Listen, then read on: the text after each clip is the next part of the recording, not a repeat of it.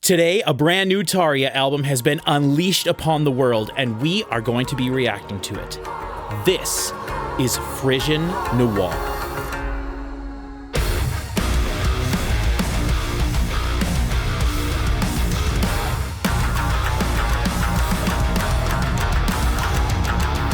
Hello everybody and welcome back to another album review / reaction here on the channel. My name is Patrick Musilek, and if you are just joining us for the very first time, welcome. If you are familiar with our videos and how we do things here, welcome back. I am very excited to listen to this album. It's one I've been waiting for since they announced this quite a while ago. But I have to say, I haven't been keeping up with Tarja's career a ton since she really left Nightwish. I believe I listened to her first two albums, one of which I have here. I bought her first. I know she's released rock projects, and I love those things are interesting to me. Her Christmas albums are interesting to me. I think that kind of stuff is so cool. But the only album of hers that I own is actually My Winter Storm, which is her first sort of big rock project after she left Nightwish. And I am a huge Nightwish fan, so if you have seen videos here on the channel before, or if you've seen me in any Nightwish videos that was here on the channel, we did several Nightwish reactions. I think it was 2 years ago or so, maybe even 3, because it was before I believe I found out that before I was diagnosed with leukemia. It doesn't matter. But anyway, it was quite a while ago, and I had some of my friends reacting with me, and none of them are really Nightwish fans. And my cousin Cody, who does a lot of reactions with me here on the channel now, we hadn't really introduced him to metal yet, and so he really didn't know what to expect or what to think. And then his wife was there reacting with him, and then and she does not like heavy music at all.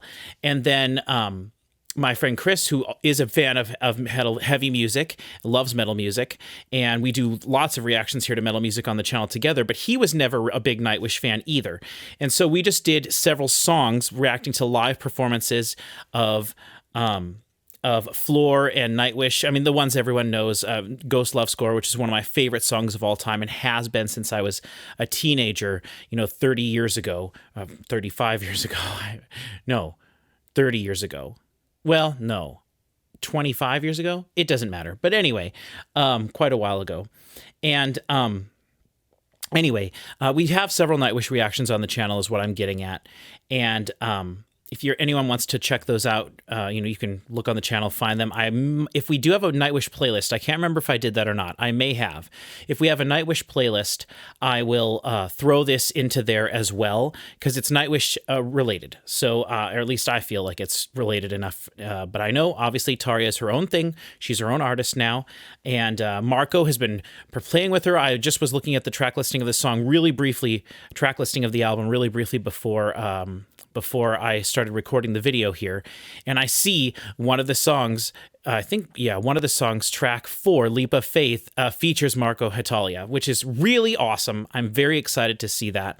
And I see there's several other songs that are featuring other artists as well, and those look like the songs that she has released as singles, because they have the only plays. I am recording this on June 8th, June 12th, and it's 8 o'clock, June 12th, and so today is the day the album came out. And like I said, I'm sorry, I feel like I'm rambling at the beginning of the video. Generally, I'm a little bit more succinct, but it's been a while since I recorded a reaction. But look in the description for all the relevant stuff. We have links to everything, including our Discord there. If you want to come join us there and talk about Nightwish, talk about Tarja, talk about whatever, go check that out. If you want to donate to the channel, you can. There's a link to do that as well. There's a link to some of my personal projects there. And then there's all sorts of great reactions here on the channel. So if you are a Nightwish fan and you're finding the channel for the first time, like I said, you can go check out the Nightwish videos. Though we did have a lot of Nightwish fans that didn't care for the videos as much because we weren't really doing it with the right headspace, I don't think. I, being a big, massive fan of Nightwish, talked way too much in the videos, and that's absolutely true. And then we do also have reactions to Nightwish's most recent album, Yesterwind, on the channel. However, I did not care for that album very much at all. I thought the vocals were mixed so deeply into the vocals were so low in volume across the entire mix that I've only listened to that album the one time that we reacted to it, and then I guess partially as I was editing the video. But that was one of the most disappointing albums I've ever heard in my life because I was so hyped for it. But to be honest, I haven't really enjoyed Nightwish's albums as much really since Floor joined. And I don't think it's Floor's fault. I think that Thomas is just writing sort of different styles of music. And but anyway, we're not here to talk about that. We're here to talk about Tarja, but all that stuff should be in the description of the video. You can check stuff out on the channel if you want. I do want to say, and this is also not related at all, but I'm very excited about it, so I just wanted to shout it out. I was at Walmart earlier today, which is one of the only store within like 50 miles of me that has music at all, and I managed to find a copy of this, and I'm very excited about it. So if you're unfamiliar, this is the brand new Evanescence album that was just released a couple of weeks ago. We did a reaction to it here on the channel. The album is phenomenal. It is definitely the heaviest thing Amy has ever released. It was put together by the people from Poppy's team, which we love Poppy here on the channel. We love a lot of female-fronted metal bands. We do lots of reactions to stuff like that. And I was so impressed with this album, and I've been looking for a copy of it on CD for a while. And yeah, I could always order it online, but I managed to find a copy at Walmart. And I'm just very excited to be able to listen to this in the car, in my CD player, which is the way I primarily listen to music, now that I've got a copy of it. I have listened to it a couple times since we did the reaction, just on Spotify, but I'm so happy I was able to find a copy of it. So I wanted to shout that out and say, hey, if you are a fan of Tarja, obviously are aware of Evanescence, and I hope that you're not one of those types of people that's like, oh, I like metal music, so I can't listen to Evanescence, blah, blah, blah. Well, quit being a silly poop face and go check out her new album, because it's definitely the closest they've ever been to being metal. I would actually argue that some of the songs are metal for sure, and at least modern metal. It's definitely different. It's not Metallica, of course. It's not Iron Maiden, and it's not Nightwish, but it's really great. Very close to Poppy, like I said. And if you're not familiar with Poppy, who Poppy is, definitely check her out. But we are here to talk about Tarja, so let's get into that. I am very excited to listen to this. And so I wanted to show, let me actually just put Spotify up here real quick so you guys can see. So it's over here in the corner, and it is very small. Maybe I should just make it bigger so you guys can see. Generally, I have this. Okay, I'll do that so it's a little bigger. And then I'll go over here so you guys can see. Lock that in place. Okay, so I wanted to just show this. So I was looking at Tarja's discography a little while ago before I started recording. And I don't generally... the last album of hers that I have heard, that I know I actually listened to, was What Lies Beneath. Can you guys see my mouse? No, you cannot see the mouse, but that's fine. Doesn't matter. What Lies Beneath is an album of hers that I enjoy. I didn't enjoy it enough to purchase the CD, and I actually do enjoy My Winter Storm a lot. However, I wasn't super impressed with it when it came out. The music of hers off of this album, and again, really the only music of hers that I've paid a lot of attention to at least, is My Winter Storm and then What Lies Beneath. And I think there's fantastic songs on both albums, but overall, I felt the albums to be a little bit tough for me to get through, and it just wasn't what I was looking for, I guess, at the time when I was listening to them. And I find that the songs of Tarja's that I enjoy the most are generally the ballad songs, the ones that are more classical, more strings, some synths and stuff, whatever in there, and that have less of the rock stuff. However, I do believe, without having listened to many of her albums, since What Lies Beneath, which came out in 2010, so it's been 16 years since I've really paid attention to her work very much. I'm pretty sure that she has gotten a bit heavier. I did read online that this album we're going to be listening to today, Frisson Noir, is what, in her words, the heaviest album she's released. So that's interesting. I'm very excited for that. And I haven't been paying attention, but I do think that she has come into her own a little bit more in terms of being a solo artist. Not that she wasn't, obviously, and I do think My Winter Storm is a fantastic album. It's the concept, the pictures and everything that go along with it, all very interesting and fascinating. And my favorite songs on the album, for sure, I believe they're in a row, are Boy and a Ghost and Sing For Me. Those are my two favorite songs. I really like Some of my favorite Nightwish songs were like that too, but in terms of the symphonic metal genre, which I love, like, Epica, Within Temptation, Ancient Bards, fantastic band to look into, all that stuff. After Forever, Floor's band from before, all that stuff. Anyway, it doesn't matter. But generally, my favorite symphonic metal songs are the ones that start really small and grow and explode into these huge things, right? I love those sort of symphonic metal ballads is the way I think of them. But songs like Meadows of Heaven from Nightwish, which is one of my favorite Nightwish songs of all time, Canvas of Life from Epica, adore that song. Epica has a lot of really great songs like that, and those are my favorite Epica songs, even though I love the epic, crazy, bombastic Epica songs as well. So since I haven't been paying attention to Tarja's solo career as much, I know she has released a ton of things, lots of live albums. I love the fact that she releases Christmas albums. I think that stuff is all so cool. I've just not been keeping up with it. So as I look here at her discography, I really, like I said, the only thing that I've heard is My Winter Storm, really paid attention to that album. And then I've listened to the entirety of What Lies Beneath maybe once, and I've listened to certain songs from it several times over the years. Other than that, I have not listened to really anything in her discography. So I want you guys to tell me in the comments, what should I look into? If you watch this video and you enjoyed the whole thing, I'll be talking through the whole time, probably over the music. It'll probably annoy some of you. That's kind of what we do here on the channel. I'm going to be listening to this entire album, Frisson Noir, from front to back. I probably will not be pausing between songs, so I'll be talking over the songs, talking about what I'm hearing. I generally don't focus on lyrics very much here. We focus more on music production, the mix, things like that. So I'll be talking about all that kind of stuff.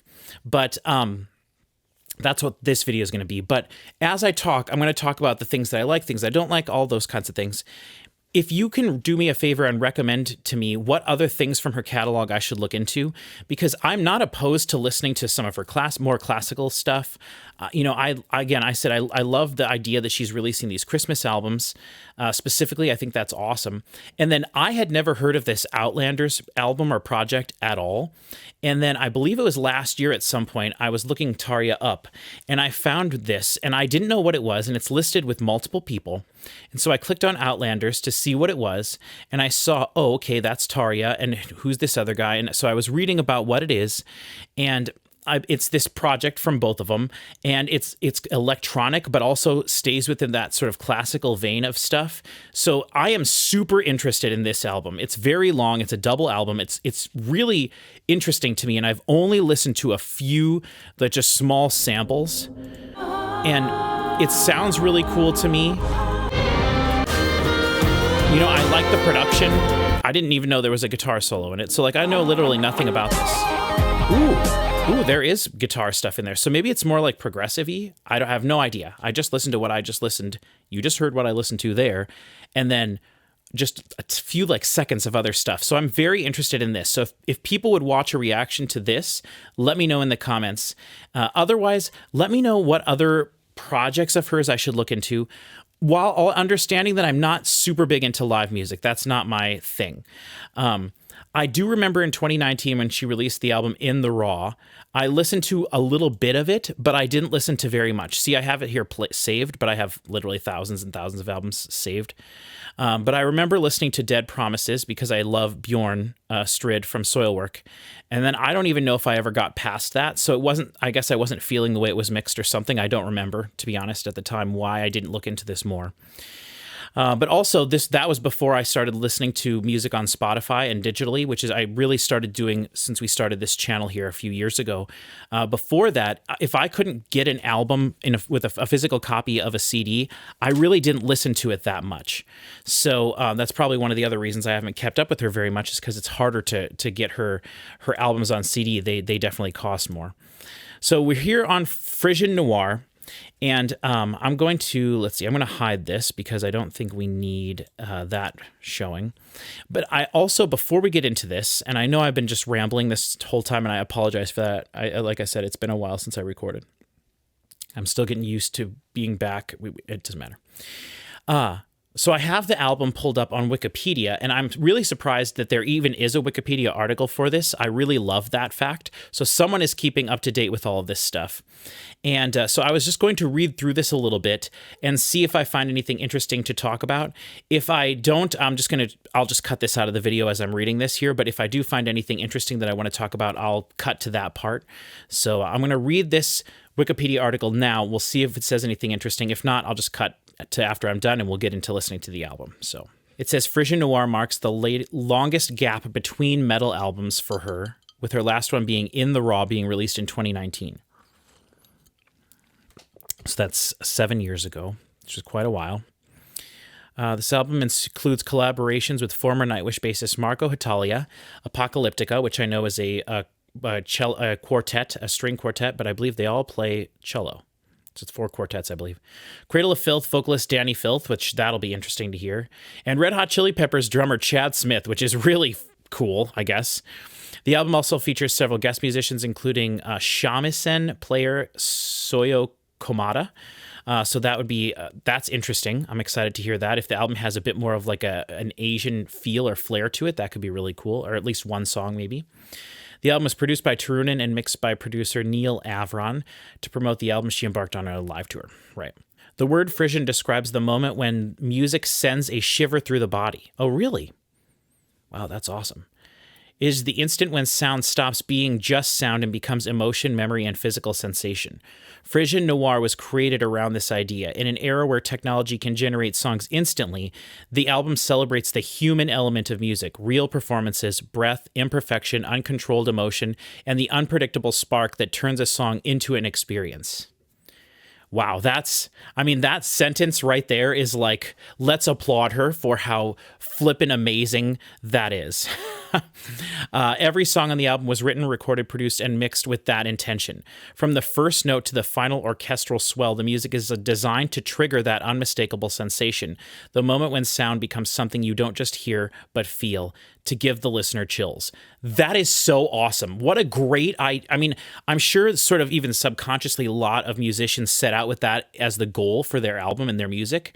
But to have a specific concept album based around that is so cool. And I also am aware of the fact that certain intervals between notes can cause certain emotions and feelings. Certain keys of songs can trigger certain emotions. There's also, if you want to be crazy with it, there's also like certain subsonic frequencies or that humans can't hear, but that are supposed to bring out certain feelings in people. So that's all super interesting. And if they approach this album with that kind of stuff in mind, I love that idea. And it doesn't say anything in there, obviously, about using like the music to manipulate people. I assume they want people to feel the emotions naturally. But I do know, like I said, that there are certain chord progressions, there are certain musical note intervals, there are certain keys that elicit certain tones and feelings, right? To be very simple about it, there is a difference between a major sounding song and a minor sounding song. And yeah, you certainly can't have a sad major song or a happy song in a minor key, but generally minor keys are a little bit more sad, thoughtful, contemplative, right? Major keys are more happy, bombastic, not necessarily bombastic, more happy,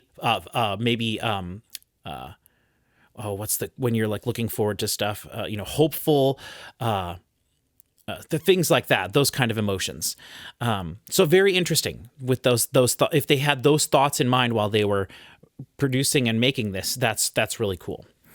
Okay, so it looks like that's pretty much everything. I read mostly the whole article, skimmed through most of it, but man, that paragraph is so awesome that I'm super excited to listen to this. So let's quit talking, right? I'm sure everyone wants me to shut up, and let's just get to this. I am super, super excited for this. I will say, I expect this album to be extremely high production quality. If she's got orchestral stuff on here, then I expect it I expect the people who record it to know what they're doing and to put the work in to make this sound super high fidelity. If it doesn't sound high fidelity, I'm going to be disappointed. Now, I won't be disappointed if there isn't a bunch of orchestral stuff on here. They can still use all sorts of keyboards. You can do a lot of electronic sounding stuff that sounds very realistic nowadays. And I don't mind if you are doing that, using synths and keys to simulate an orchestra or to just have synths and stuff. It doesn't have to be orchestral. It doesn't have to be symphonic really at all. I expect it to be because it's Tarja, but because I haven't listened to much of her music, maybe she's changed a lot over the course of time, or maybe this project is specifically supposed to be more metal, more raw feeling. That would definitely evoke certain emotions. So I just want to say some of that to get that out of the way, because I like to sort of think about what the album's going to be before we get to it. But let's get into it actually and hear what the album sounds like, and we'll talk about it as we go. Some of the songs look quite long. I love that. Track 5, At Sea, is 10 minutes and 18 seconds. Let's go. I love long songs. My most favorite thing is a song that has patience. You can have a 3-minute long song that has patience, but a lot of songs nowadays don't have that much patience. The moment the song starts, the vocals start, and there's rarely ever a moment in a lot of music nowadays where the song has time to just breathe by itself and to just kind of sit within itself for a little while. I'm expecting there to be lots of patience on this album, again, because of what I'm familiar with her work in Nightwish and her solo work that I'm familiar with. And I believe just the way this album is going to be laid out before us, there's going to be lots of patience on this, and I'm very excited for that. So let's go. Let's see if we can feel those emotions, and let's get into it. So this is track 1, Intro, off of Tarja's album Frisson Noir that just was released today. In 3, 2, 1. Oh.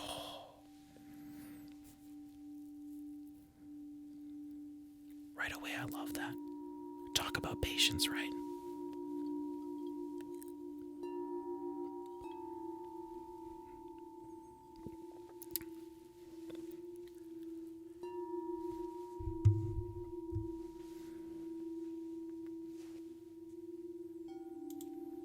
I love this. This is awesome right away.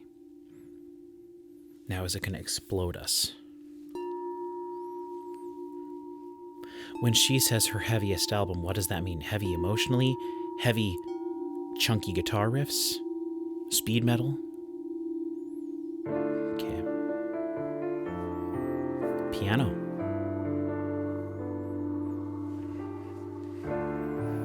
Let's go. Could blast my eardrums off. Yeah. I'll say right away, it doesn't sound like a real grand piano. It sounds like a patch on a keyboard. Again, I'm totally fine with that. It doesn't bother me a lick, but that's interesting to note. Oh, yeah. Let's go.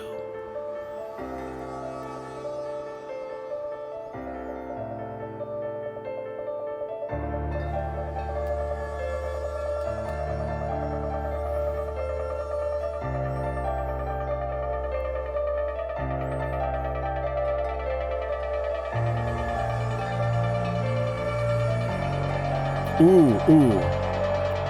Changing the feeling there. Menacing.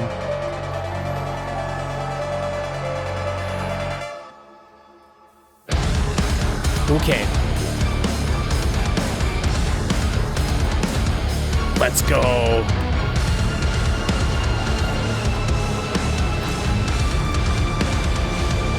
Okay. Okay, sounds good.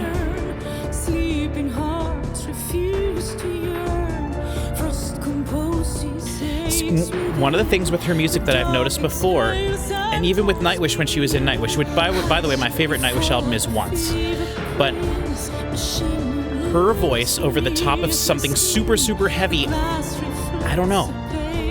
Obviously Nightwish had heavy parts, but we'll see.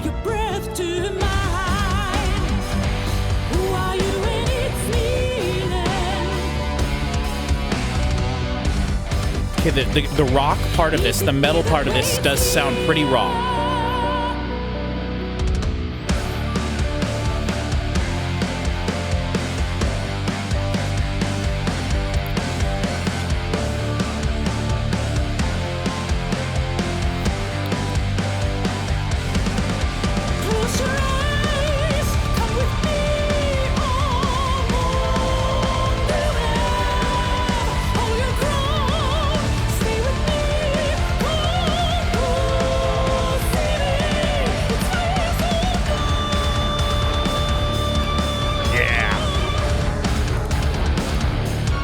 The drums sound like real drums.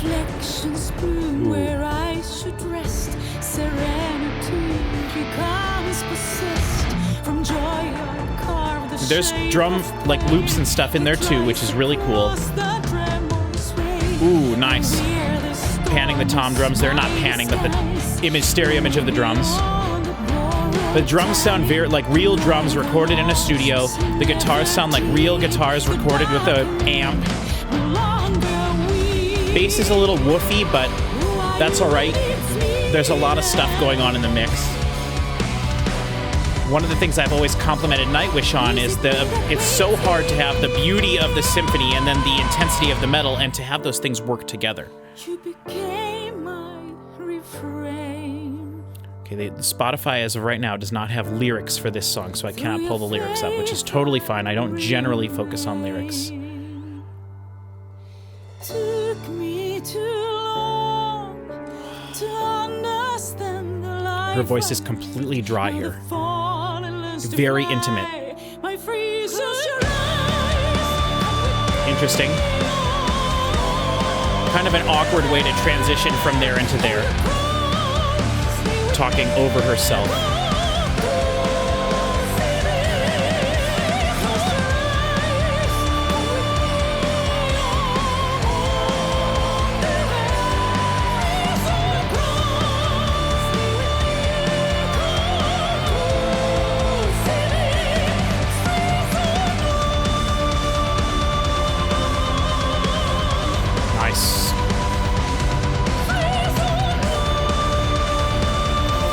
She has such a pronounced method of singing, style of singing. It's so operatic.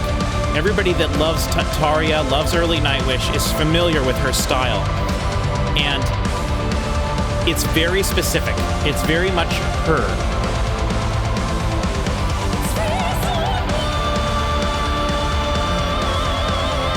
The mix does sound a little muddy overall.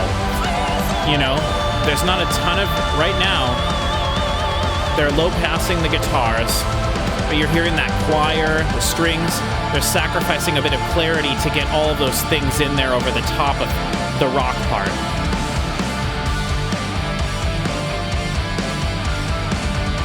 You can still hear the piano in there too.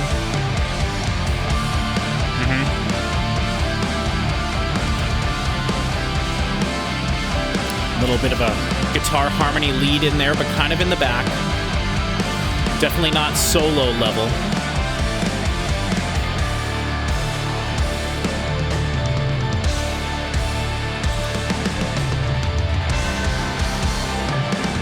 Okay. Some big, like, chimes, bells in there. Oh, this is awesome. Just letting the song exist, right? Patience.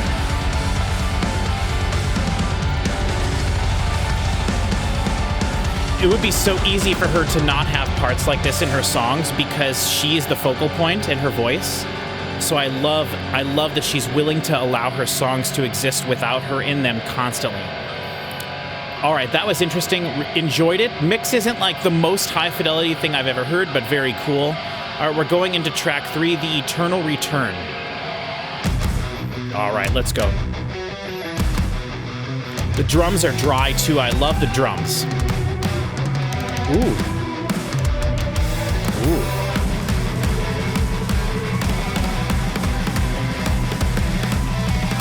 Let's go.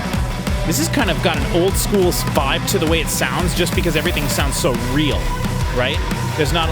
Oh, yeah. Interesting transition into the groove there. Yeah. I think those are her vocals with some phasing and stuff on them. I think that's what that is. Oh, that's cool. All right.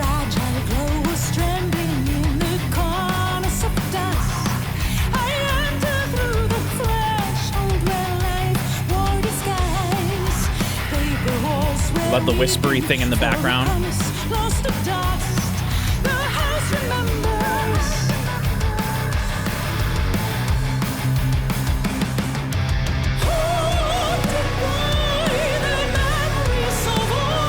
Ooh.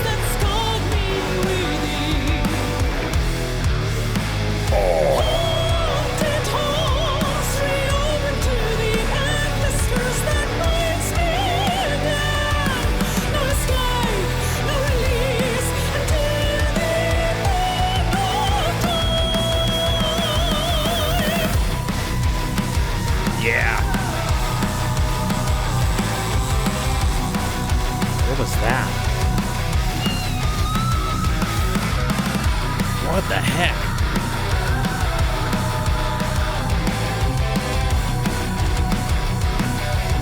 Nice. Snare drum doesn't have a lot of snappiness to it. It feels a little low passed as well. But her voice is sitting in the mix where it needs to. And I do think if there was a bit more of the crispy frequencies on the snare, it might be cutting into her frequencies a little bit. So I understand why the mix was done that way. And I don't think it sounds bad. Wow. All these like guttural noises and like primal yells. Very cool.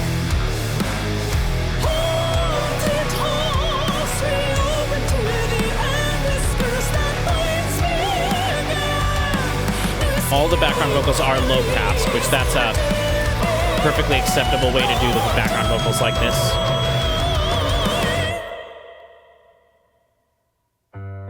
Okay.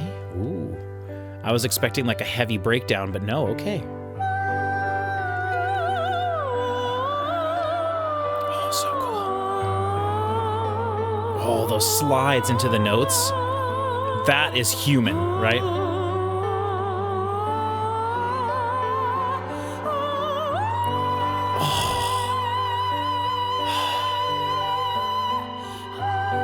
Oh, that reverb trail.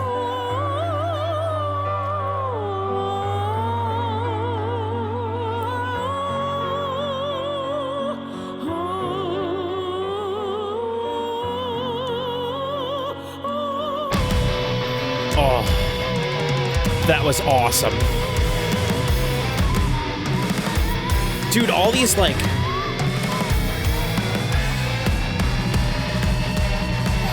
Right? Oh.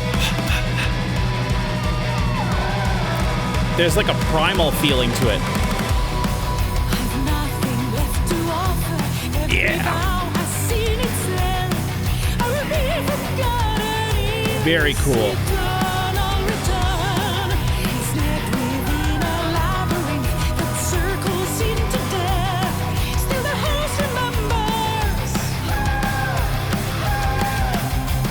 Interesting, she's talking the house remembers.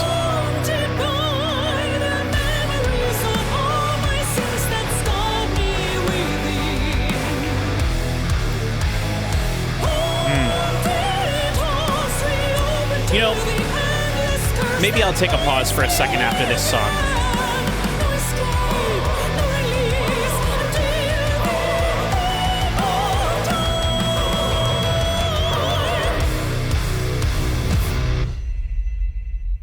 Okay, I'm pausing it before the next song starts. Okay, so one thing I want to just talk about real quick is her vocals, right? Like, obviously she's amazing. And like I said, I enjoyed all of the albums that she was in Nightwish for. But one of the things about her vocals, one of the reasons I think her and Marco worked so well, is because Marco has still an amazing voice as well, right? He can match her intensity. He can sing just as well, like note for note, of course. But like Tarja sings with that operatic style, which means there's so much like she can sing quietly, but she also sings like with this bombastic, like big, like sliding from note to note, and it's this like. It creates this interesting like dissonance that happens sometimes in the music where you're sliding from note to note, and it's all very musical, goes way beyond my head. I'm not good at music theory, and it's all correct notes. It's everything that's happening is right.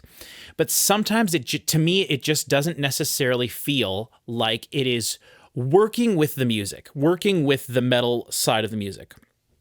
And I felt that's with a little bit with some of Nightwish, but I feel like the reason I don't absolutely adore the two solo albums of hers that I've heard is because she does background vocals I'm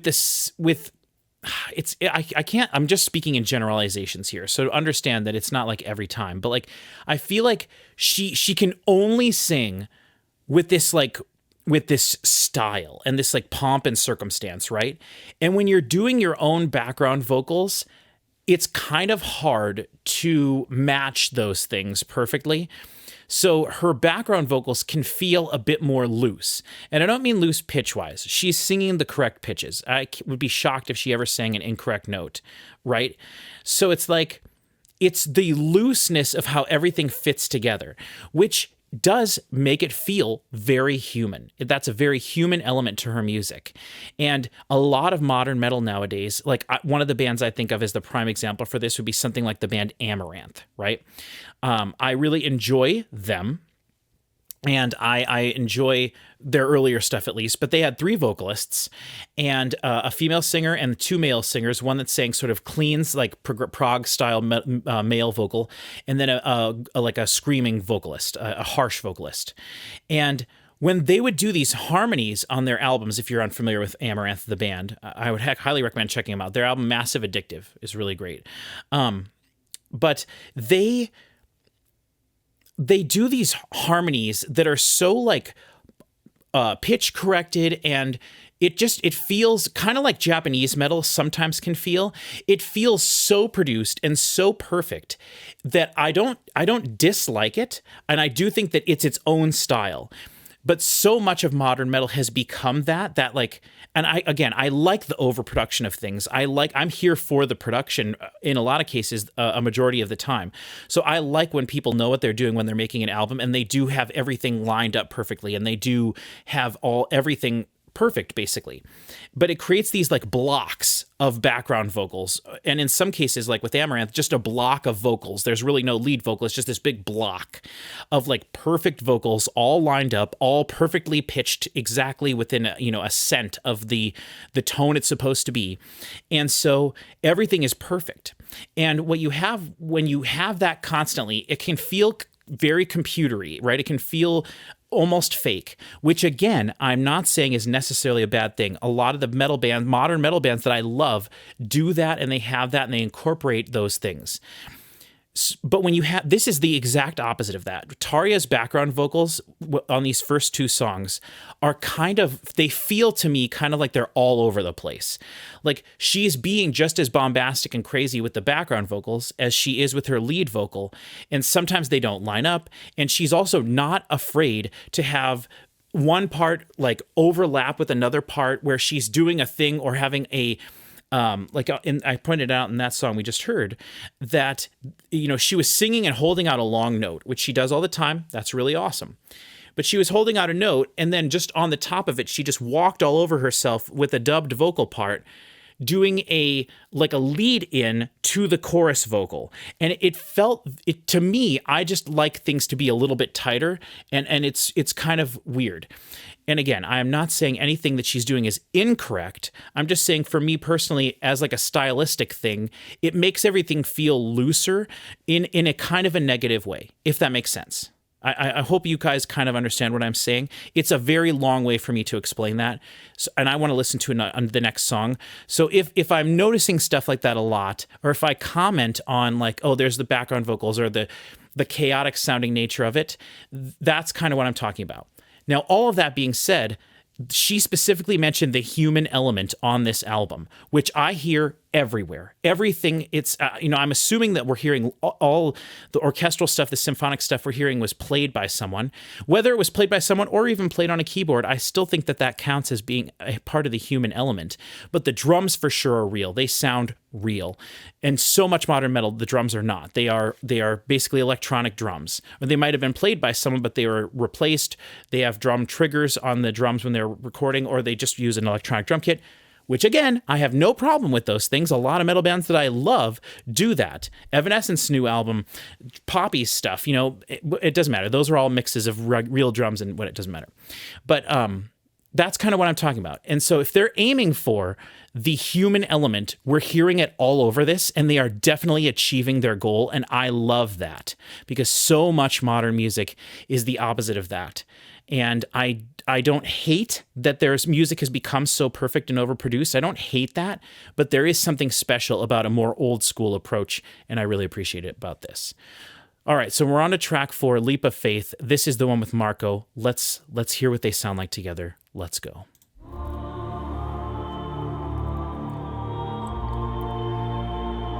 I will not pause and have a long diatribe like that again, I promise. Okay.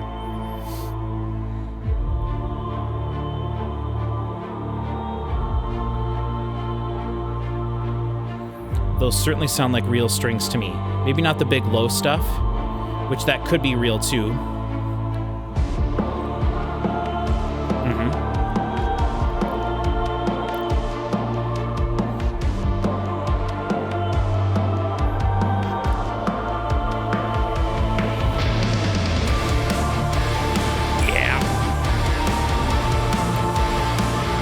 I wonder if Marco's just singing here or if he played bass on this track.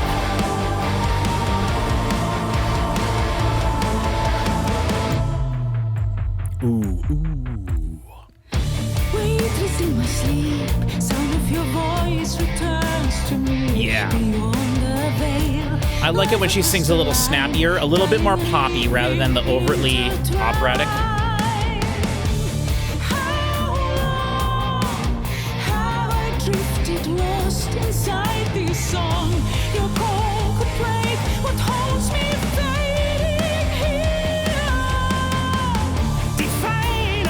There we go. There he is.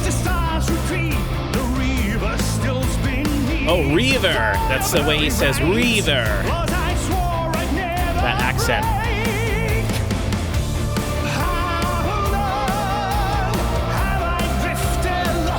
That big. Ooh.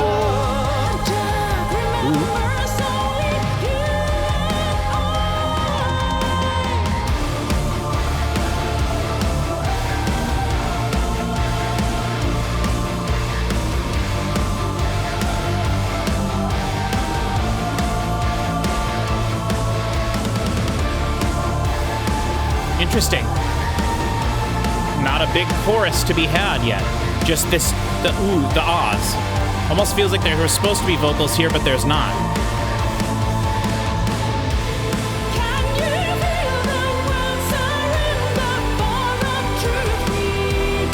She's doubling her vocal there.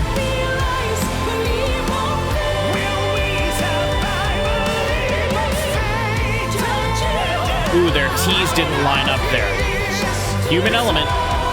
I hate that though when transients don't line up. That's a very picky producer thing, I know, I'm sorry. Ooh. By your blinding grace, Okay. else that once divided us becomes the same. Deep within my breath, I feel our silence learn to speak. What was that?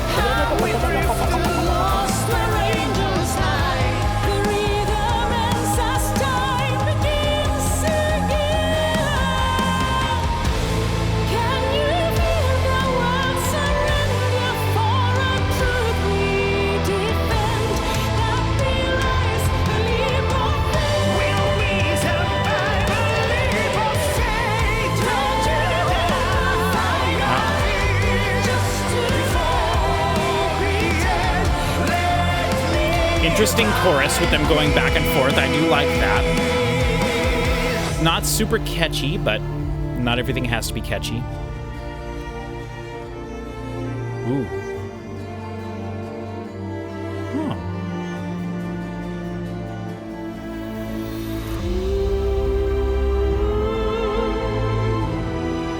The strings are so lush and warm sounding. And I think there is some booms in there, some really low frequency booms in there. Yeah. But it's really nice, it adds.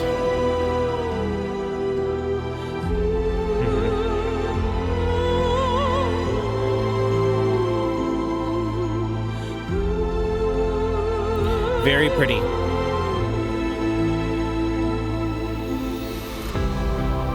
Ooh. Ooh. A close single violin. Or it sounds like single violin to me. I love this. Again, this is what I'm talking about, patience, right? Letting the song just exist. Be suspended in time for a little bit. It's so much the opposite of so much music nowadays.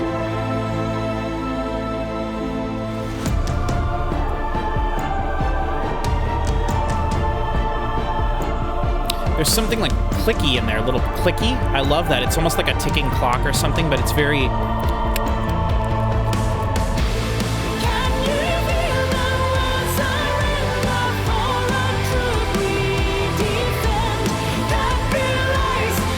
Oh, they're there together.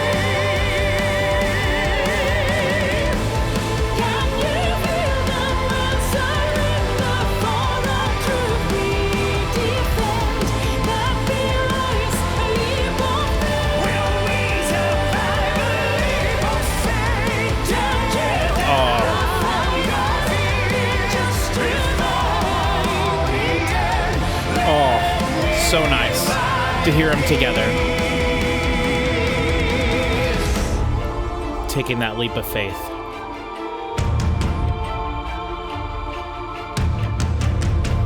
Love the toms. The use of the toms so far across the whole album has been really nice.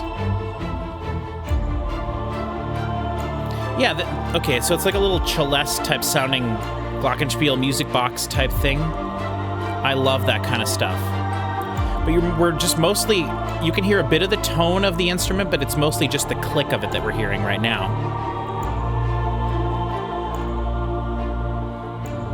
But that's kind of cool. It adds this like closeness to it. All right, we're going into At Sea, which is the big, long sort of centerpiece of the album. Not really, but kind of. At Sea. And I don't know who Mervy, let's see who these people are. Oh, she's a violin player, it looks like. Mervy... hold on, sorry. Mervy Milyoja.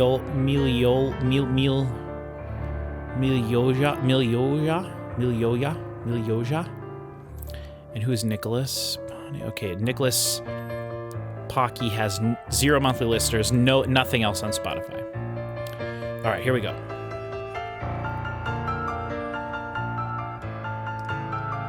Now this sounds more like a real piano.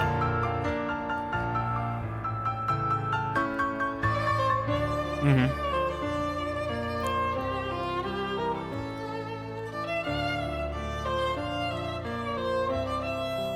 Yeah.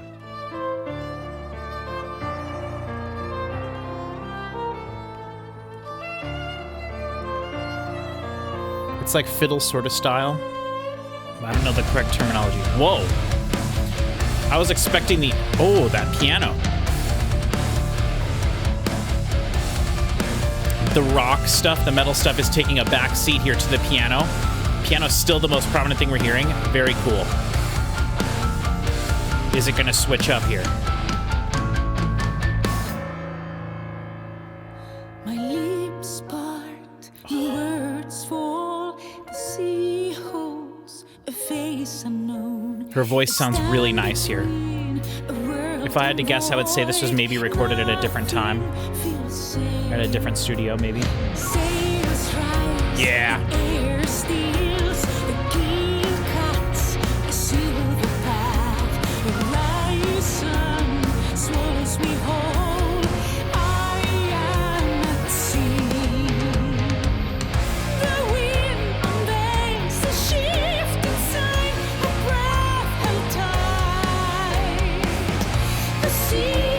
Yeah.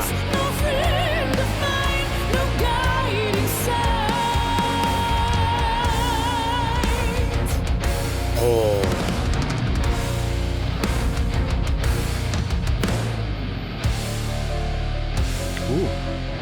Ooh. I'm gonna guess Nicholas Pocky or Pokey is the piano player.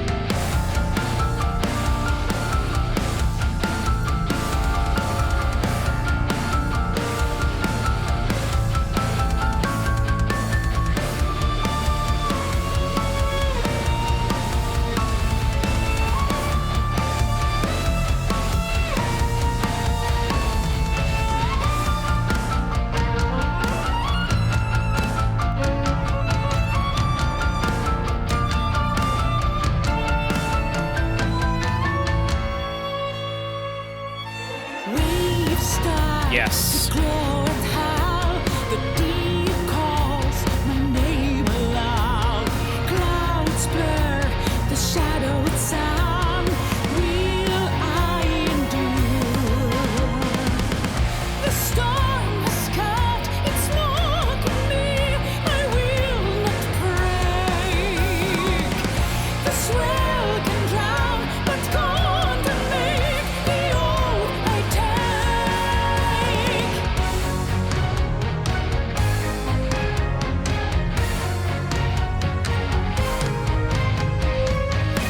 No matter the pain, no matter the fear, Ooh. I watch the wind I knew Interesting. fall down.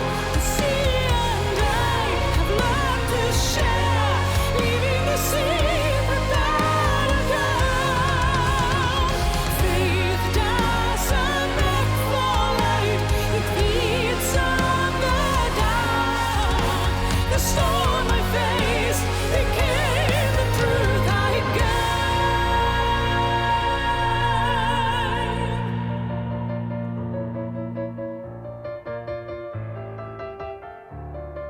I love this. I love how it goes like little metal part, piano part, metal part, piano part.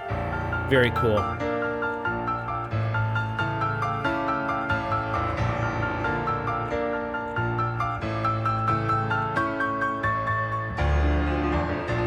Oh. Wow. Well, you do not hear classical piano playing very much in any popular music, like anything other than classical music, right? Maybe a little bit of Muse. Oh! Oh, let's go.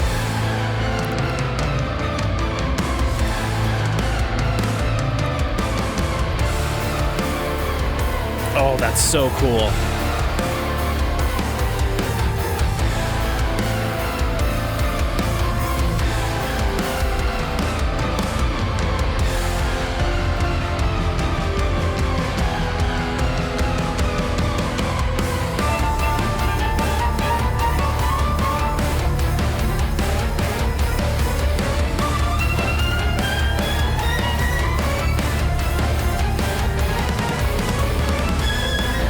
Wow, this is awesome.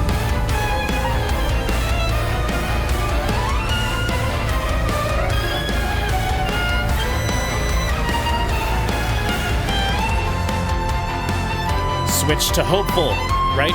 Powerful. The feeling. The guitars are doing nothing flashy, just chug, chug, chug, chug, chug, chug. Be cool if we got a guitar solo in here with some of this stuff.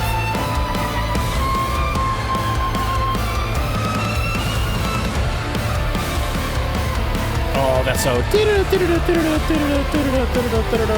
Oh, that's awesome.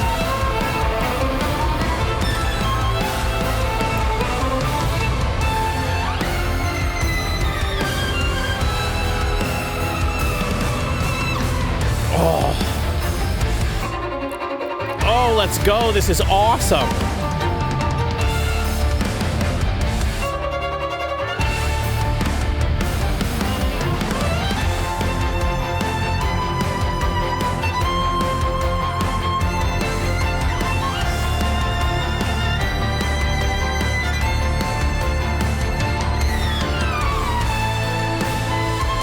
Dude, Tarja is so awesome for doing stuff like this.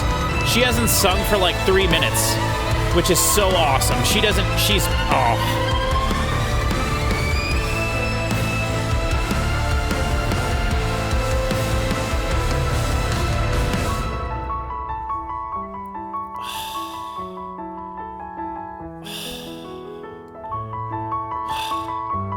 I can't get over it. It's so awesome.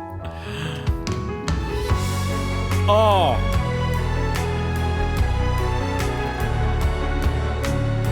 Sorry, guitar player. Step back for a second.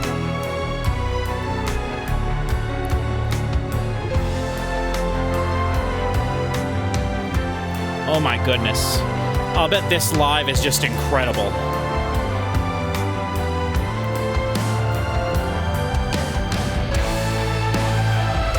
Oh.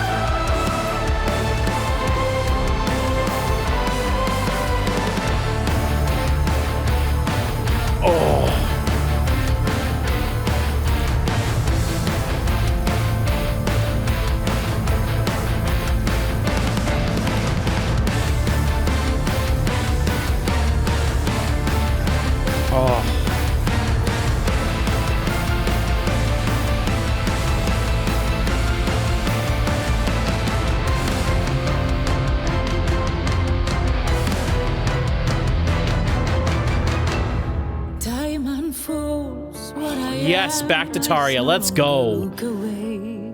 Now I walk beyond the line I once believed. Here at last I belong. Signs arise and slow decay. Every dream can be reclaimed to live again. Ooh.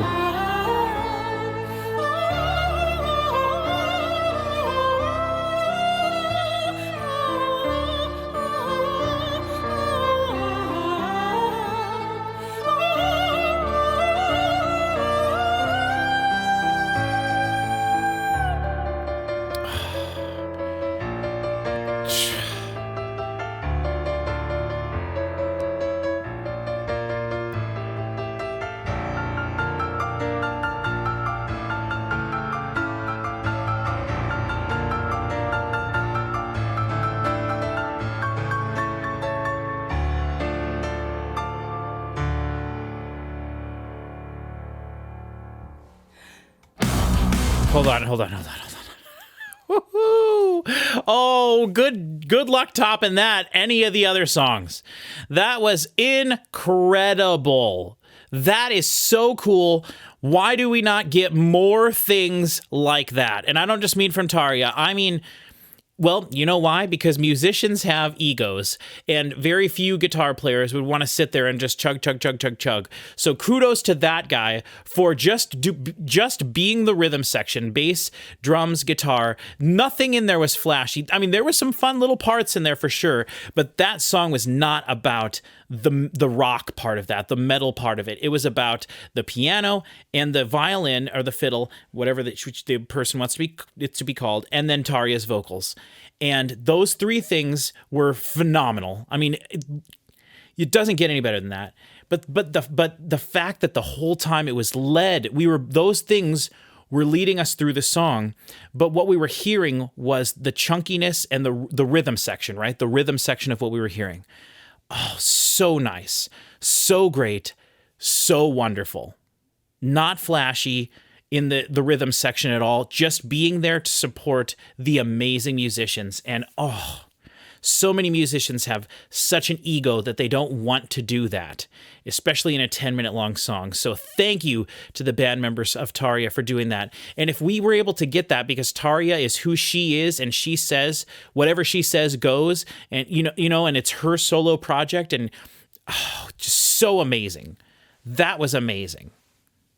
That was special. Fantastic. All right, Blaze Forever. In 3, 2, 1.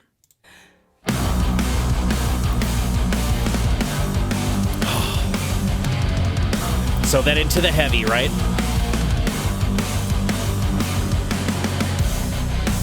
Oh. Okay, Lars.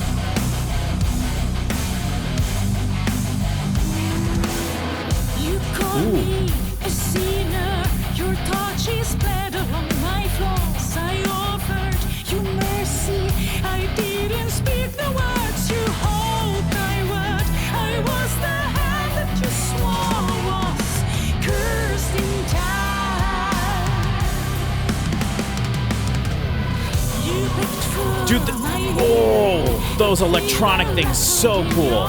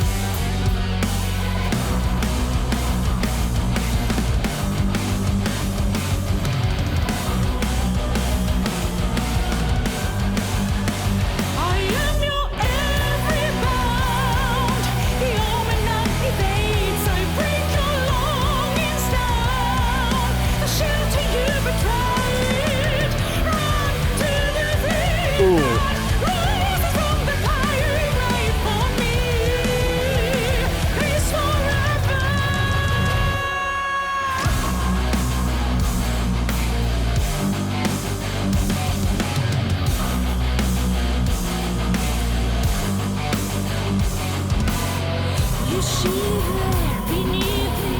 The past betrayed your every breath. I crown you with fury. No gods would touch what you become for me. I am the fact that will pierce you from within. I am your every bound. The omen that evades. I break your longings down. The shelter you betrayed. Run to the flame that rises from the pyre you made for me. Please forever. All right, we're halfway through the song, but we're not halfway there yet. What are we gonna do now? Let's go. That's what's so special about longer songs, right? It's like, ooh, reverse vocals.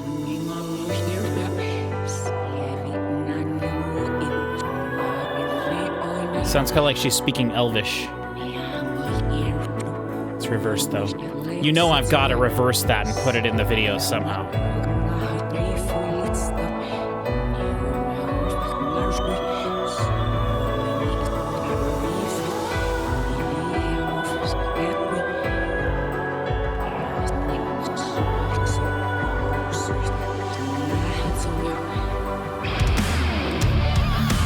Let's go. The guitar player is getting their time now. Give me a solo. Let's go. Oh! Wow. Yeah, breakdown. Oh, yeah. Tonal shift. I am your every bound. Okay. The omen that evades. I break your longings down. The shelter you betrayed. Run to the flame that rises from the pyre you made for me. Please forever. I am your every bound. The omen that evades. I break your longings down. The shelter you betrayed. Run to the flame that rises from the pyre you made for me. Please forever.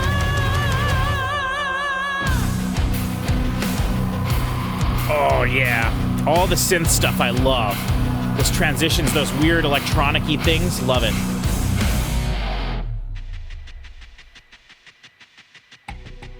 Oh, okay, what are we doing now? For 2 minutes.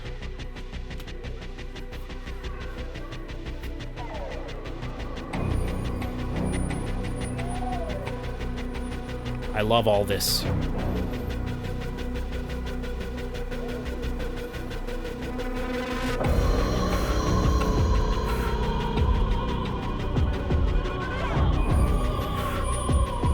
Oh, that like high-pitched squeak in there, love it. This is so cool, so atmospheric.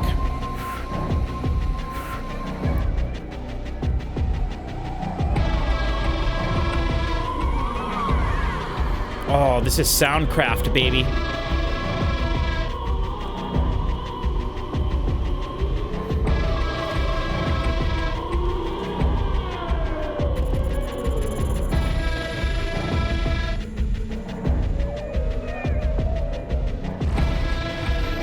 I love this. They're like using all the cool sound effects and things they made for the song at the end by themselves, and I love it.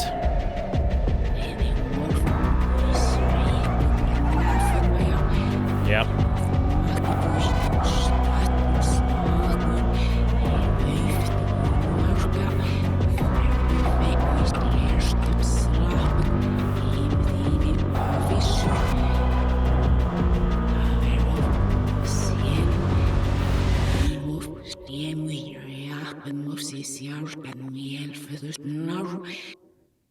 Okay, if like me, you are curious, we'll play some of the clips from that song of her speaking backwards, and we'll see if we can figure out what it all is, right? We'll try that now. I was the hand that your soul was cursed in time. You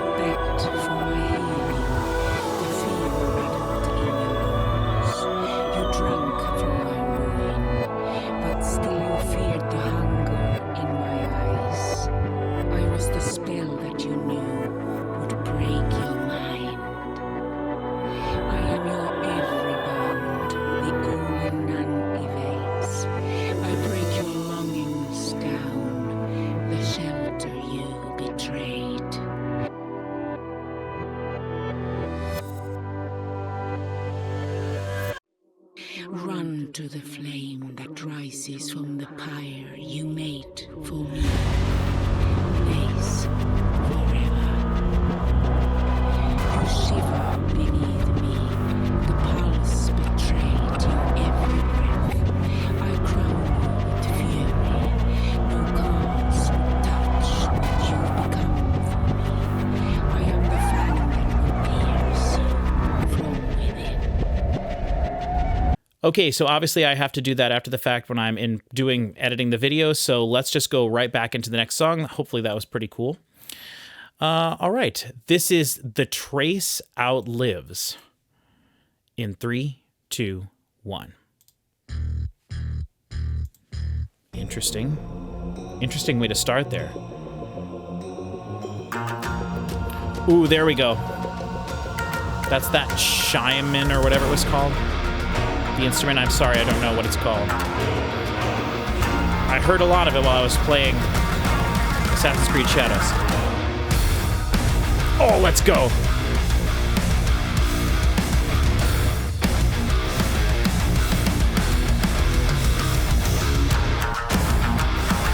Oh, this is badass. Oh, that's so cool. Keys I left behind me, still the lost time I couldn't restore. I have been a bad girl, stealing thrills I never did before. Quiet resolution, finding answers where the hope is survive. Fighting won't matter, I'll be gone before the day arrives. What hurts us now consumes the love we gave. The pain will heal the shame. There's nowhere to go. I want you to know the seeds of your prayers won't ever grow. I live everywhere the trace of leaves and seen by you.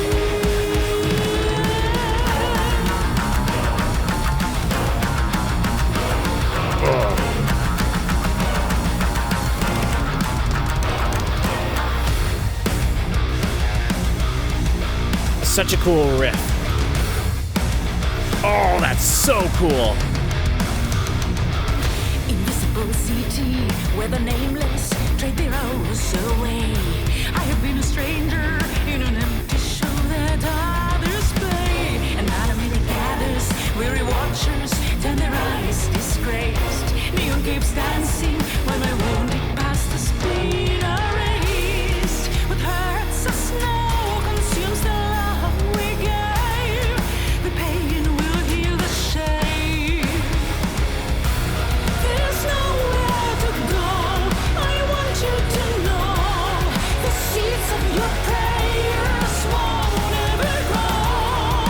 I live everywhere the trace of leaves and seen by. All right, what are we going to get for a bridge here?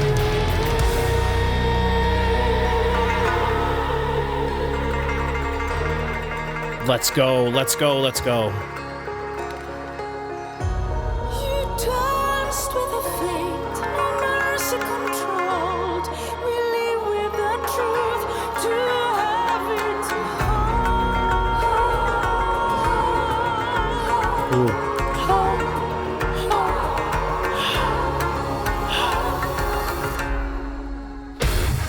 Let's go back to the riff. Love it, love the stop every time. Okay. That's the riff of the year, man, I'm telling you.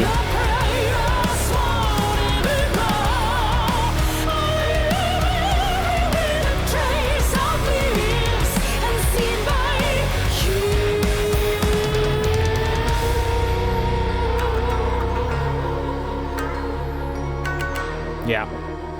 Give it a little time now. Ooh. Oh, love it.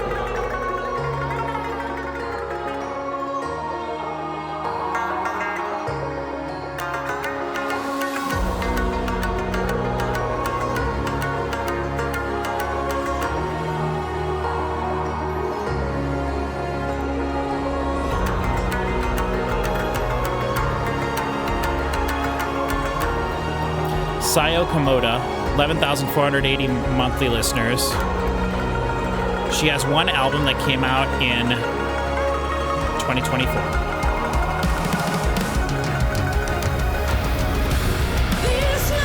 Ooh, the chorus for the fourth time. Let's go. Did we jump up a key?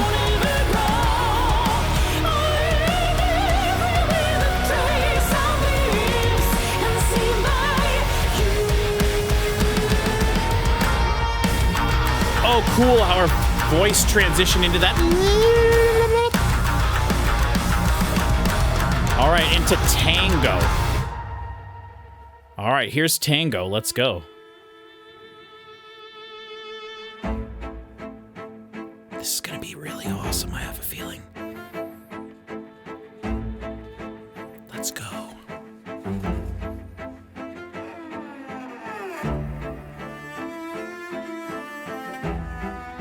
Love that you can hear the resin on the strings, the wood of the instruments. Oh, let's go. Just an age, a street, a day to think. No one heard the clock complain. Oh, they're using their instruments. To warm the gloom. Spoke the ghosts that lingered in. Oh, this is Apocalyptica. Okay. Pay attention, Patrick. What's going on? Forgets to stay. Drums, let's go. Her vocals spread wide. I hate that. I really hate that a lot.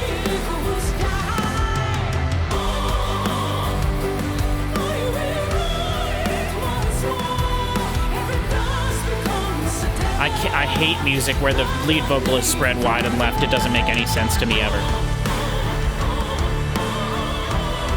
Thankfully, it wasn't like that during the verse. Why not let the cellos be out on the outside? Still gorgeous sounding.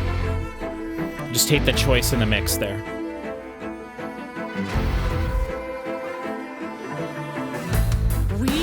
Yes! This is what I wanted, drums with the cellos. Carried far by winds we've never flown. Every footprint fades away. Keep fighting me. Is this the end? Still, I'll be writing.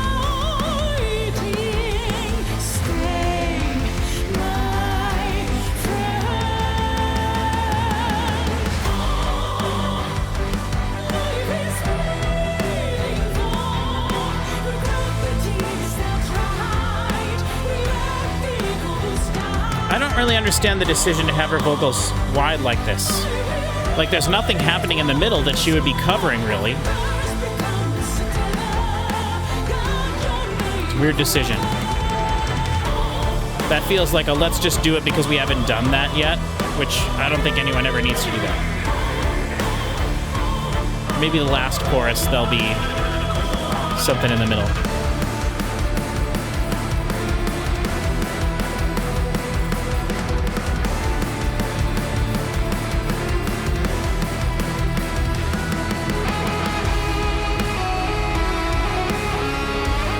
Electric cello.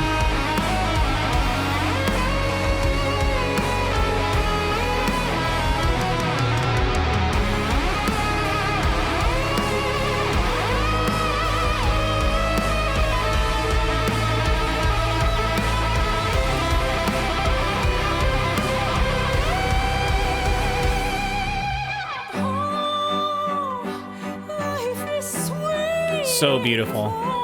Apocalyptica, another very famous Finnish band. They've done stuff with Rasmus. I've multiple songs with him, I believe. Metallica.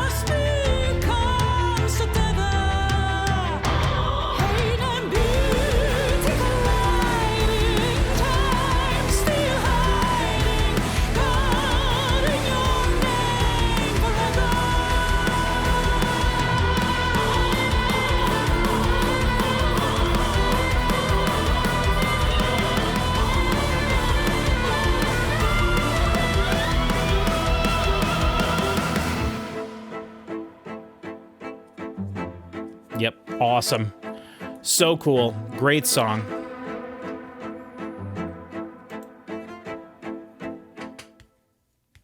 Nice. Love it. All right, we're going to Anemoia. Oh, let's go. Classical guitar. I love it. She's given us the full gamut of music here. Let's go. Oh, don't have any metal on this. Just be this. Please, and Tarja. Beautiful, gorgeous. Let's go. Let's do it.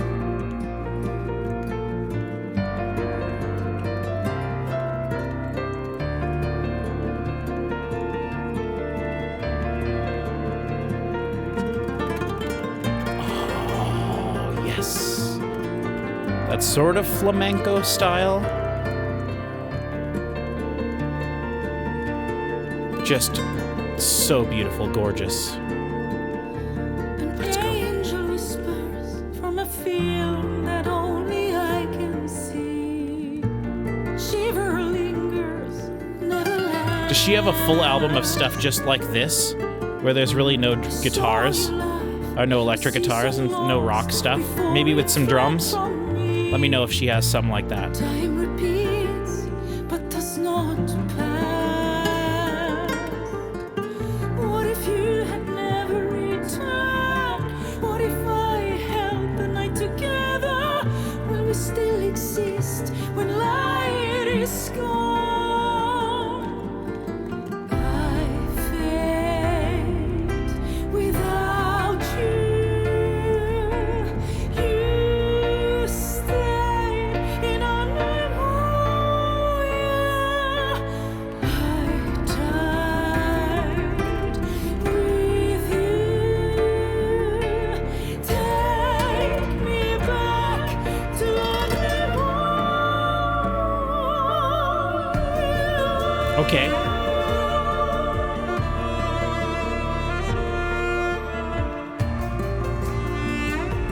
This is nice. I mean, this is gorgeous. I love this. Carousel of colors. This is kind of reminding me of Evanescence's album Synthesis a little bit. I love it. Dissolve in children's eyes. Dizzy voices drift through mirrors, bending back the years. No one answers when they cry. What if you had never returned? What if I held the night together? Will we still exist when light is gone?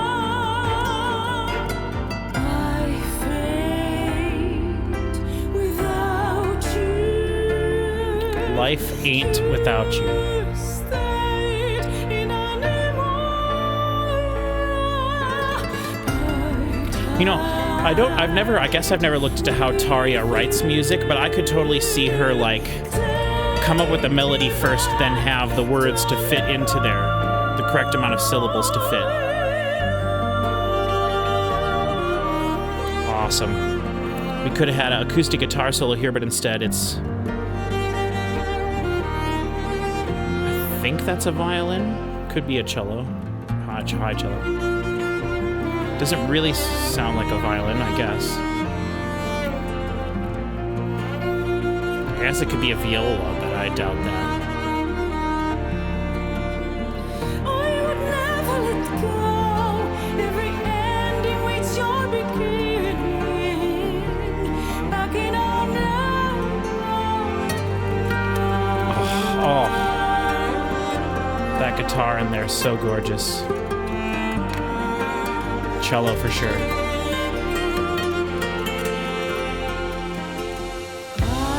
fade without you. Let's go. You stayed in Anemoia. Anemoia. Anemoia.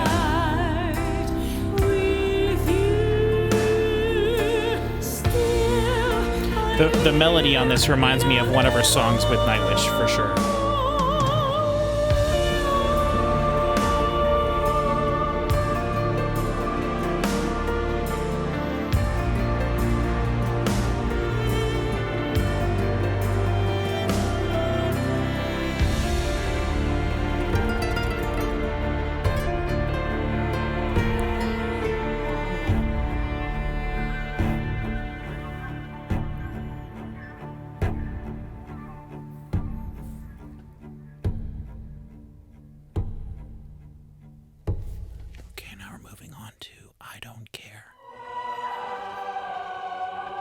Okay, a little distortion on that.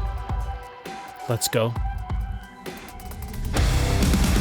Ooh. Ooh. It's like, when's it gonna attack me?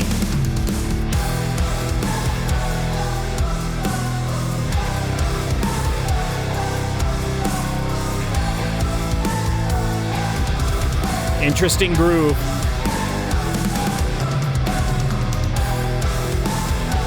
Repeating it, okay.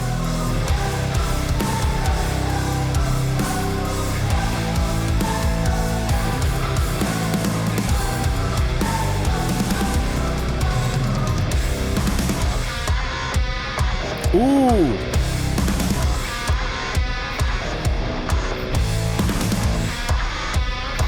Love this.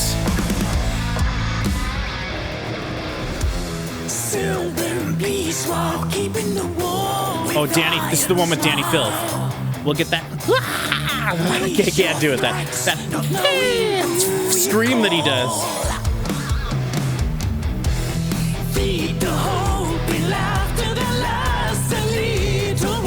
I've never gotten into Cradle of Filth. I've tried a couple times.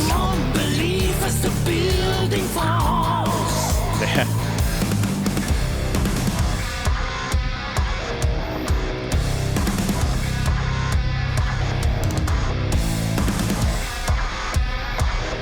Is this a single?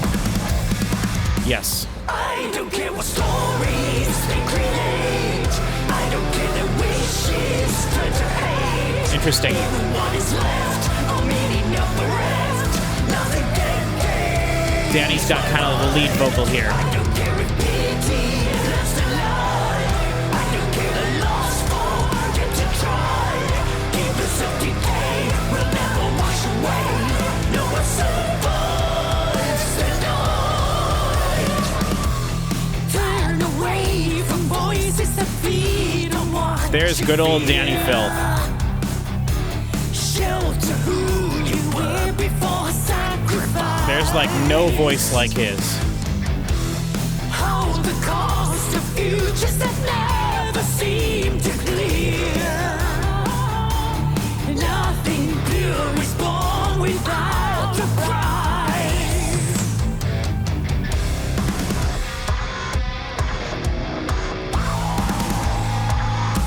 I don't care what stories they create.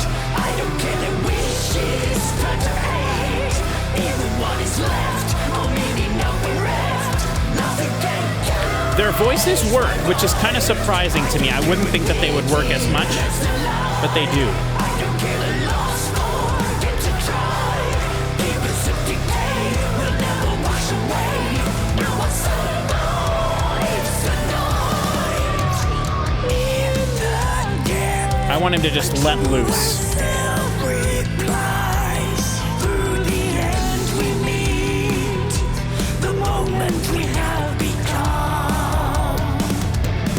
Cast aside the mantle of disguise. At the edge we find we're all beginnings from. Okay, nice little solo here.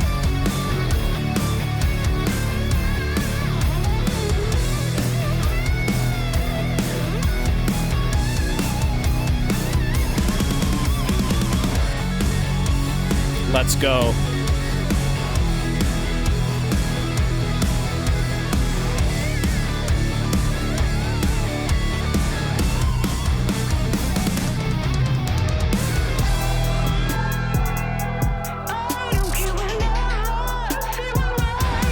I don't care what sinners choose to I wanted Danny Filth to start rapping for a second. That would have been the most epic thing ever. nothing escapes the night. I don't care what stories they That was a little kind of out of place, I feel. We haven't really had very much like that on the album at all, which is cool because the album's been incredibly diverse. But I don't know, that was a little jarringly different. I don't care if pity lives to lie. I don't care the lost forget to try. Keepers of decay will never wash away. No one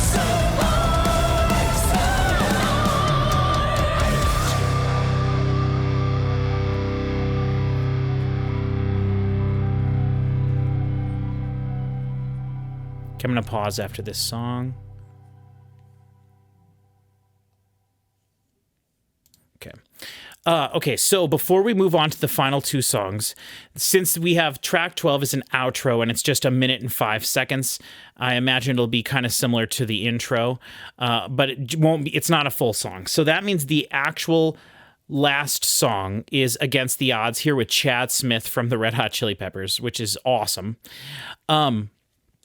I don't know what to expect with this. It's going to be her and a drummer, so that's interesting. So I don't know, but I'm very excited to see. Now, one of the things we've been talking about this year a lot on our channel here is final song vibes. So does the last track on an album have final song vibes, or does it just feel like a song that could have appeared anywhere else on the album? So in this case, it's a little different because there is obviously an outro. So the outro should have final song vibes, or at least final track vibes, right? Album outro vibes. But will Against the Odds have its own interesting different vibe to set it apart from the rest of the album, right? Why not have Anemoia be the last track, which I could totally have seen been the last full song, before the outro. So we'll see. The flow of the album has been phenomenal across the album, so I'm definitely not second-guessing the track listing, but I'm curious to see what happens. So, all right, we're moving into Against the Odds, and then we'll end the album with outro. This is Against the Odds in 3, 2, 1.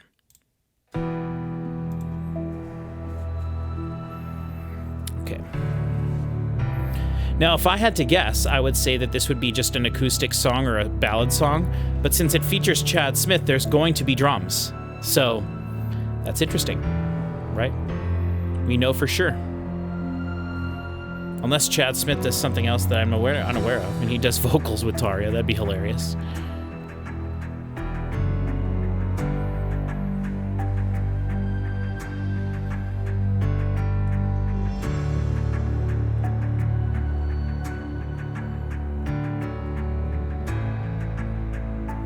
That sounds almost like on a snare drum with the brushes. Oh, let's go.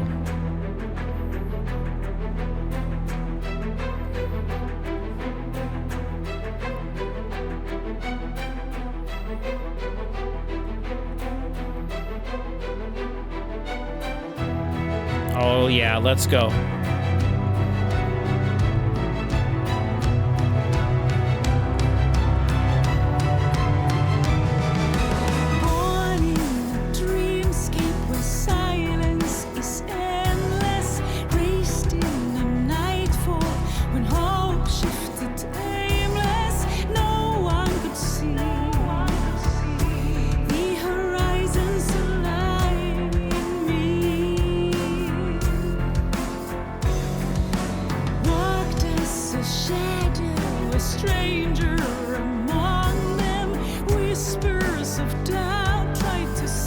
Just piano, bass, drums, vocals.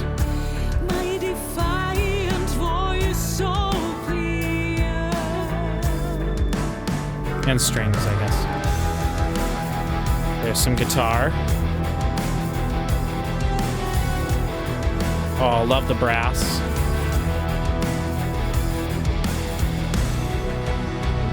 Guitar is way less prominent here.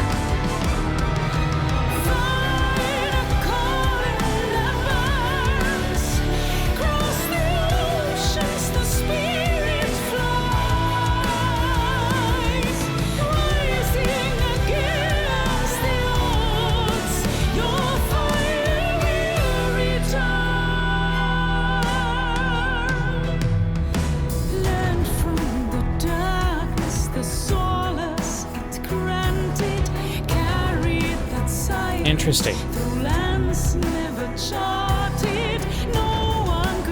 Interesting, very cool.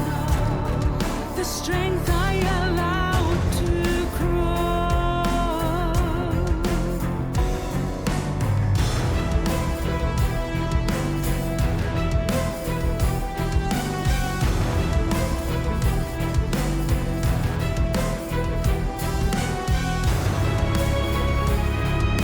Interesting. Another part of a song that felt like there could be vocals here.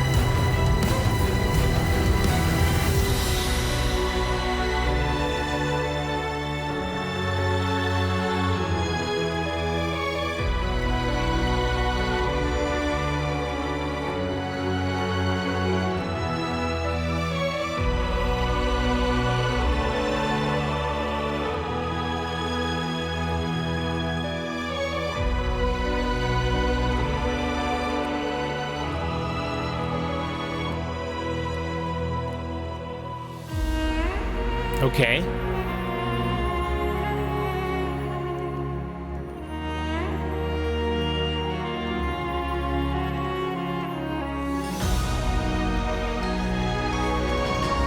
Okay, whoa, super orchestral here, obviously.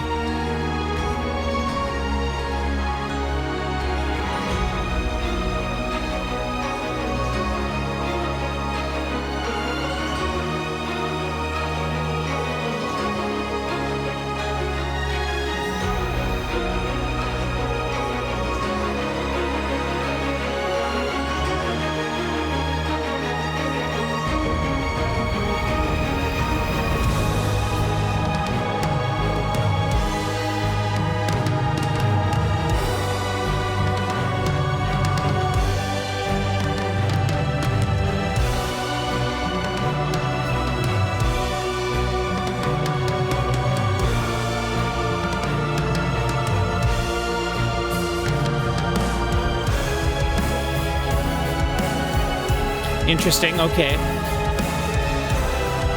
So Tarja just had a little bit of vocals at the beginning of the song. And it's been mostly instrumental. The guitars and were basically not inconsequential this song. And the bass too, really.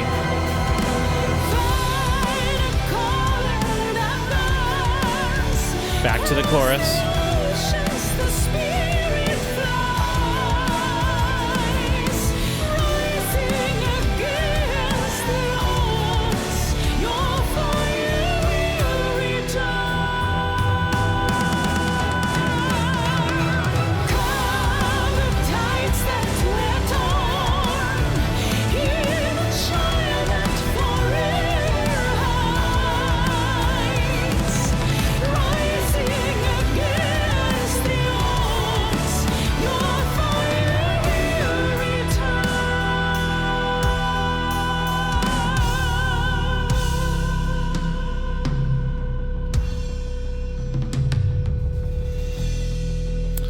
Okay, that was by far my least favorite track on the album. That had the least interesting things going on, in my opinion. I did like the big instrumental section in the middle of the song, but it wasn't doing anything that exciting. It felt kind of cinematic, like scorey, which I'm not a big fan of.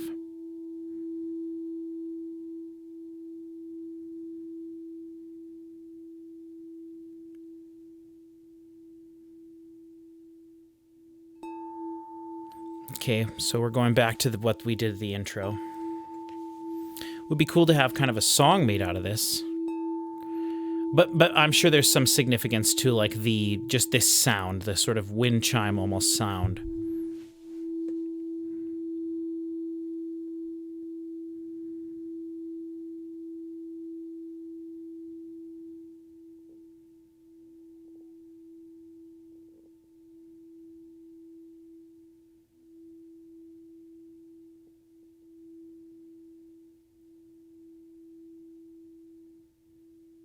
Interesting. Let's see what it's going to play next, just because I'm curious. If it'll play another Tarja song or something else. Yep. A song from our first album. Very different mix, you can tell there. Okay, so we are done with the album. We've listened to the entire thing. It had its ups, it had its downs, I guess, in terms of like the emotion we're supposed to feel. The thing that was the most impressive thing to me about this album was a couple things. First of all, the song At Sea is like amazing. So cool. Not very conventional, of course. That is more like a classical piece of music that is meant to be some sort of a concerto or something with featured instruments, with featured solo instruments, but with a rock band backing. And I think that's awesome. I loved it. I thought it was amazing. And there was also strings and everything in there too. So there was like bigger feeling orchestral stuff in there.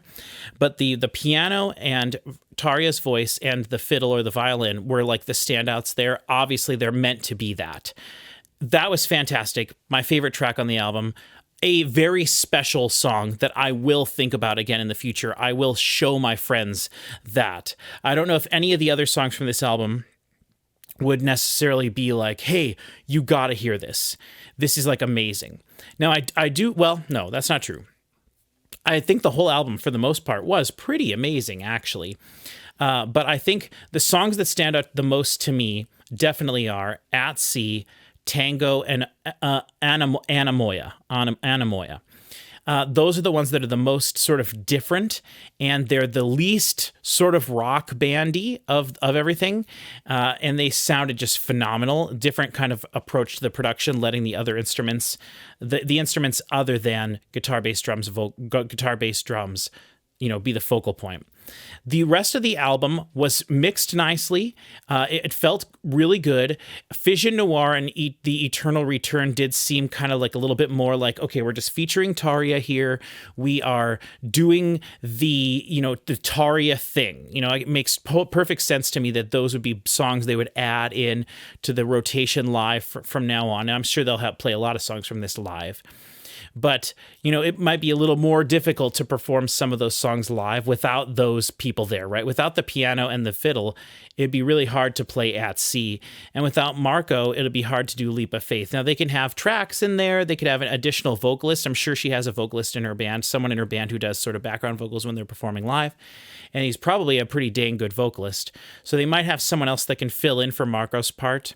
The Trace Outlives with the awesome instrument, very, very, very cool. That could just be a track. I think that would be, you could do that song without that even in there and it would be okay. But that was definitely a featured part of that song, and it was one of the things that made that song stand out. Then, like I said, Anemoia would be really tough to do without the acoustic guitar. It was definitely a focal point there, and a cello as well, I believe. Tango with Apocalyptica would be very hard to do without Apocalyptica. So those kind of things are tough. She could definitely do I Don't Care, I believe, without Danny there. I'm sure there's a way they could do that song without him. And against the odds, you just have your drummer play it. So the guest people who are featured here, some of them I think would kind of be really hard to recreate live, and some of them wouldn't be. They could just do it with their band. But I don't talk about live stuff too much, but it is interesting to kind of keep that in mind. But however, I love the fact, and I've said this in so many videos on the channel here, I love the fact that they are willing to put all of these things in there that they can't recreate live. That is an album first mentality, and that is what I prefer 100% of the time. 99.9% of the time, if you're a band, your fans are listening to you on recorded music. Maybe unless you're like just a local band that performs like every week somewhere or something, and people just see you performing and they like that. But if you have recorded music that's been released, 99.9% of the time people are listening to your music, they're listening to your recorded music. And so that needs to be your priority, in my opinion. And I love the way they approached this album. The difference from song to song was really cool. They found there's something in every song that is sort of unique to that song. Whether it's like, okay, this song features a cello, other than the Apocalyptica songs, obviously separates itself because it's Apocalyptica's in there. And then the Soyo Komoda song, The Trace Outlives, that like dung, dung, dung, dung, dung, dung, dung, instrument that sounds amazing. That in that song, that's the special thing about that song. So every song kind of had something in it, and it's not just the person that featured there. The other songs had interesting different things in there as well that really helped everything kind of stand out. And I definitely, with the limited Tarja stuff that I've heard, this is way heavier than a lot of it. Although I do remember her albums, the two that I've heard, I'm pretty familiar with, they do feel very raw. They do feel very much like a band performing a song, rather than using modern production to make it sound so perfect, like I was talking about earlier. Her albums do feel raw, and they do feel emotional because of that lack of over polish.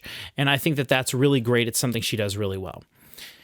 In terms of like Tarja herself, I think she's a fantastic vocalist, but it's just not my favorite style of vocals to listen to when I'm listening to metal. I enjoy harsh vocals. And so I really liked it when in Nightwish, Once is my favorite album of theirs because I think it's the best songwriting. But I also love the play between Marco and Tarja. And I love that Tarja on several songs on that album tones down the sort of operatic style a little bit and sings a little bit more with a poppy edge to her voice, like a pop edge, not Poppy the singer, but a pop edge. And I like that. I think that album is so bombastic. The songs are so catchy. There's heavy parts. There's beautiful parts. Creek Mary's Blood is incredible song. Obviously, Ghost Love Score is one of my favorite songs of all time. The fact that it fades out is one of the worst crimes against humanity that's ever been committed. But the live version is superior even to that with Floor. But I love the album version too, and I love Tarja performing on it. But I hate the fact that they fade that song out. But anyway, that whole album is fantastic, and it's like 78 minutes. It's like the maximum amount you can fit onto a CD, and I have worn that CD out listening to it so many times. This to me, it's not as exciting as that is. And I'm not saying that her solo stuff isn't as good as Nightwish. I'm just saying, to me, that's sort of the pinnacle of Tarja's albums that I've heard, that I think every song is like I think that's a perfect album. It's a flawless album in my opinion. Whereas in this, there's not a ton of flaws with this. It's just, to me, it lacks a little bit in the like catchy factor, which I hate saying that because it makes me seem like such a basic Bob that I like catchy songs. But it's true. I like catchy songs that you can kind of sing along with. But with Tarja, you're not necessarily getting that, right? And the point of it is that she's such a phenomenal vocalist. That's kind of the focal point of the music. And, unless you're okay sitting in your car going,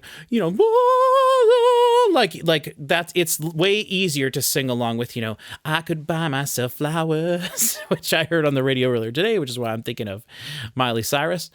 But like,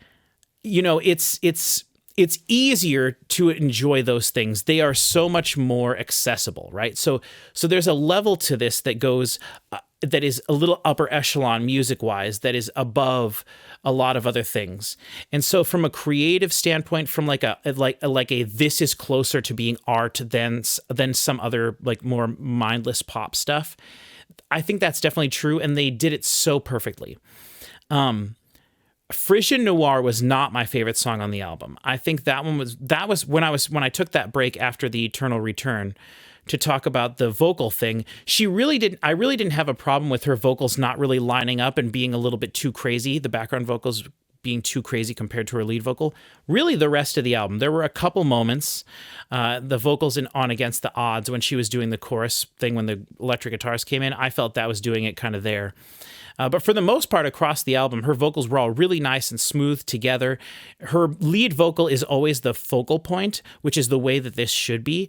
And her background vocals are not, her overdub vocals or background vocals or harmony vocals, they're not being distracted. They're not distracting you from her lead vocals.